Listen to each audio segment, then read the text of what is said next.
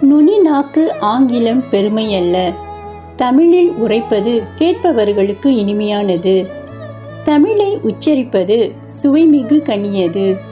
உடல் தாய் தந்தது, உணர்வு தமிழ் தந்தது. தாயை நேசிப்பது போல் நமது தாய்மொழியை சுவாசிப்போம்.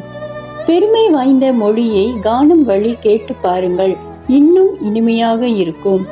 தமிழிசை தனி இசை, தரணியிலே முதல் இசை, நம் மனதில் தேன் பாயும் இந்த இசை.